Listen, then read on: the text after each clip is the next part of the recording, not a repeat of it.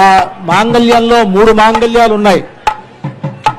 ఒకటి పుట్టినింటి వారి మాంగళ్యం, ఒకటి మెట్టినింటి వారి మాంగళ్యం, ఇంకొకటి భక్తులైనటువంటి రామదాసు గారు తయారు చేయించినటువంటి మాంగళ్యం. అంతా సేవించండి. ఆ మాంగళ్యాన్ని రామచంద్రమూర్తి సీతమ్మ వారి మెడలో అలంకరిస్తారు ఇంకొద్దిసేపట్లో.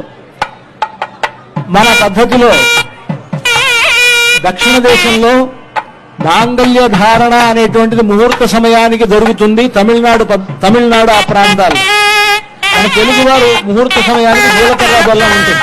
ఇవన్నీ కూడా మనలో కలిసిపోయి ఉన్నాయి. ఈ ఆచారాలన్నీ ఇవన్నీ మనకి రామచంద్రమూర్తికి ఆచారములన్నిటితో పాటు జరిగేటువంటిది గొప్ప కళ్యాణం. ఆ రామచంద్రమూర్తి సీతమ్మ వారి మెడలో ఆ మాంగళ్యాన్ని ధరింపజేసేటప్పుడు జగద్రక్షణ హేతునా అంటారు. ఈ జగత్తును మొత్తాన్ని కాపాడడం కోసమని సీతమ్మ వారితో ఆయనకు కళ్యాణం జరుగుతున్నది కనుక మాంగళ్య తంతునానేన జగద్రక్షణ హేతున కంఠేర్పయామి శుభగే. ఇక్కడ మామూలుగా అందరూ కంఠే బధ్నామి అని అంటారు, కంఠే అర్పయామి అని అంటారు. ఆ విధంగా చెప్పాలి మంత్రం. కంఠేర్పయామి శుభగే త్వంజీవ శరదాం శతం అంటూ ఆ మాంగళ్య మంత్రాన్ని పఠిస్తూ సీతమ్మ వారి మెడలో రామచంద్రమూర్తి అర్పించేటువంటి సన్నివేశాన్ని ఇప్పుడు మనం చూడబోతూ ఉన్నాం. అర్చక స్వాములు ఆ కార్యక్రమాన్ని నిర్వహిస్తూ ఉన్నారు.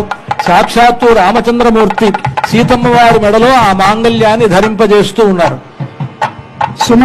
సుమంగళీరితి మంత్రేణ శ్రీ సీతామహాలక్ష్మీదేవ్యాః కంఠే మంగళసూత్రం బధ్వా